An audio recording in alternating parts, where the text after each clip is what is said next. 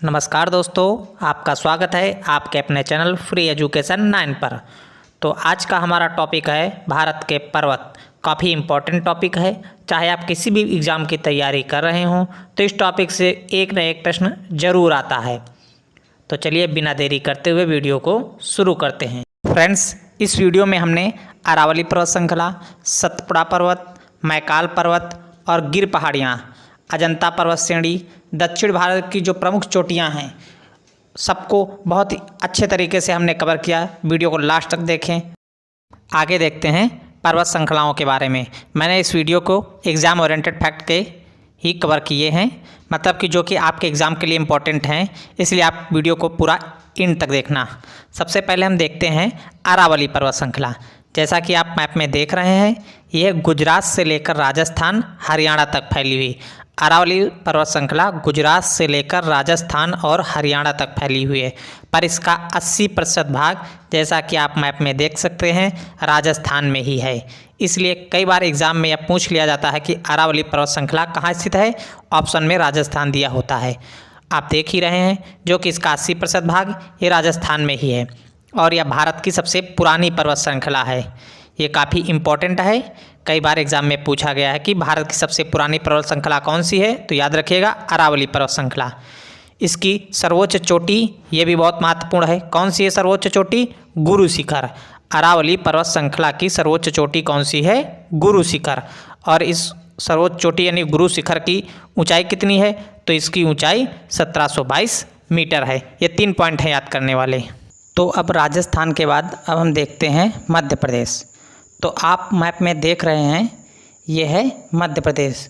तो मध्य प्रदेश में हम 3 पर्वत श्रृंखलाओं के बारे में पढ़ेंगे।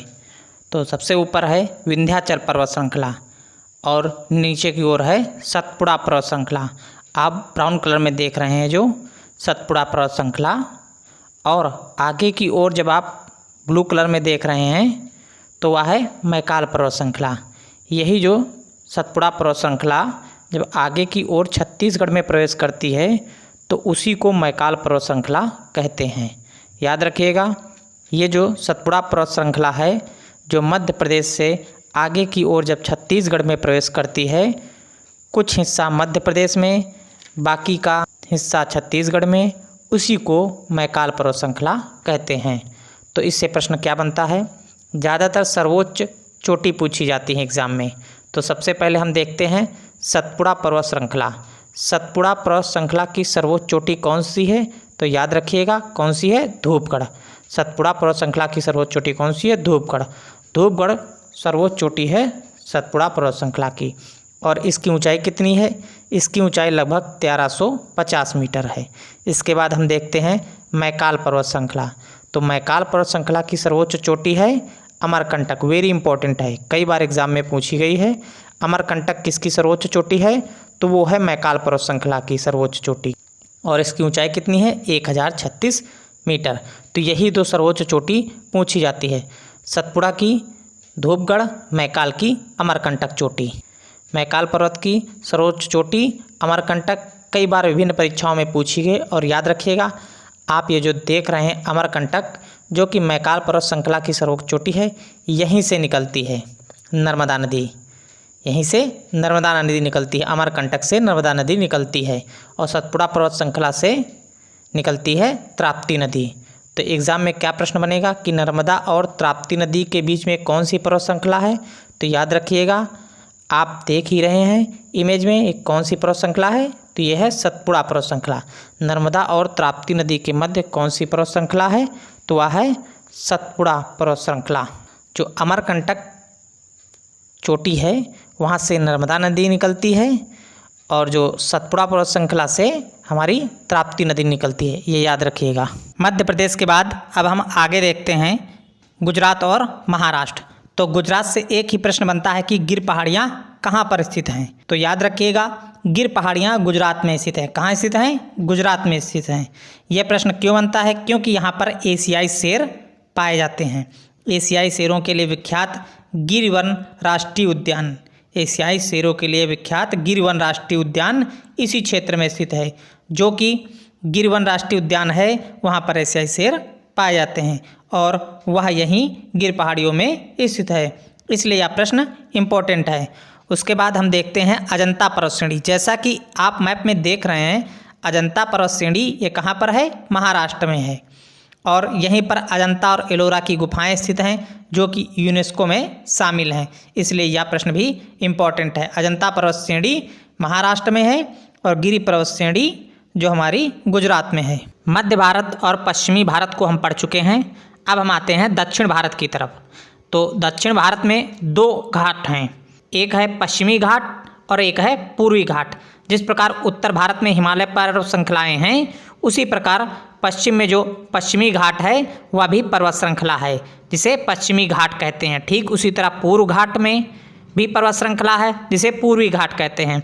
और याद रखिएगा, पश्चिमी घाट को सह्याद्री पर्वत भी कहते हैं। क्या कहते हैं पश्चिमी घाट को? सह्याद्री पर्वत। एग्जाम में कई बार पूछा गया है। और पूर्वी घाट को महेंद्रगिरी पर्वत। पश्चिमी घाट को सह्याद्री पर्वत और पूर्वी घाट को महेंद्रगिरी पर्वत कहते हैं।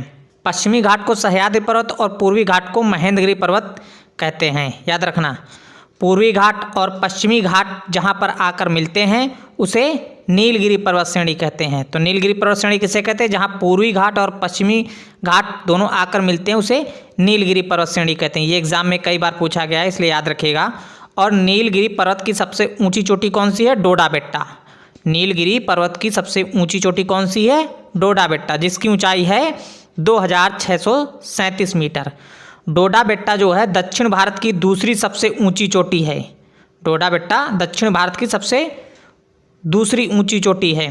तो पहली कौन सी है उसे अब हम आगे देखते हैं। तो हमने नीलगिरी पर्वत श्रेणी देख ली। नीलगिरी पर्वत श्रेणी के नीचे है अन्नामलाई की पहाड़ियाँ। नीलगिरी पर्वत श्रेणी के नीचे है अन्नामलाई की पहाड़ियाँ।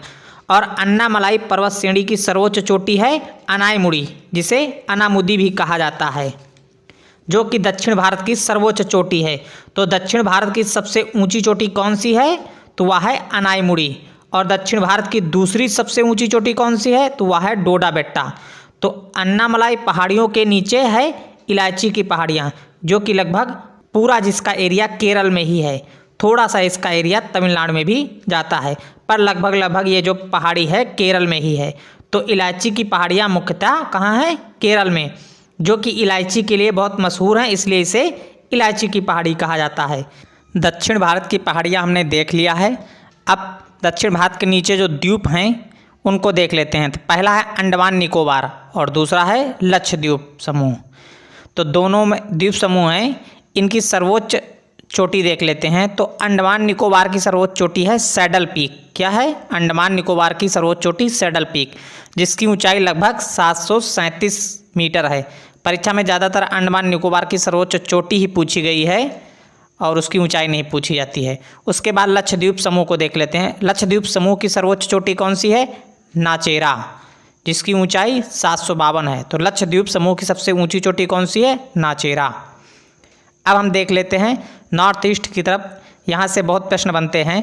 नॉर्थ ईस्ट में सर्वोच्च चोटियाँ नहीं पूछी जाएंगी, इसके पर्वत व पहाड़ियाँ पूछी जाती हैं एग्जाम में। सबसे पहले हम देखते हैं मेघालय। मेघालय में 3 पहाड़ियाँ हैं और तीनों बहुत इंपॉर्टेंट हैं। वह कौन सी हैं? तो मेघालय में 3 पहाड़ियाँ हैं, गारो, खासी, जयंतियाँ। कौन सी हैं? गारो, खासी, जयंतियाँ। मेघालय की पहाड़ियाँ कौन सी हैं? गारो, खासी, जयंतियाँ। मेघालय के बाद नागालैंड में कौन सी पहाड़ी हैं?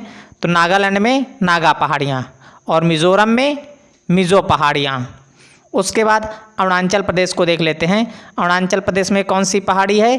तो पहली है डाफला और दूसरी है मिसमी। तो अरुणाचल प्रदेश की 2 पहाड़ियाँ कौन सी है? पहली है डाफला, दूसरी है मिसमी। ज़्यादातर मेघालय की ही पहाड़ियाँ पूछी जाती हैं। फ्रेंड्स, आपको हमारा वीडियो कैसा लगा हमें कमेंट करके ज़रूर बताइए। अगर हमारा वीडियो अच्छा लगा तो वीडियो को लाइक करें और शेयर करें, और हमारे चैनल पर नए हैं तो हमारे चैनल को सब्सक्राइब करें। Thanks for watching my video.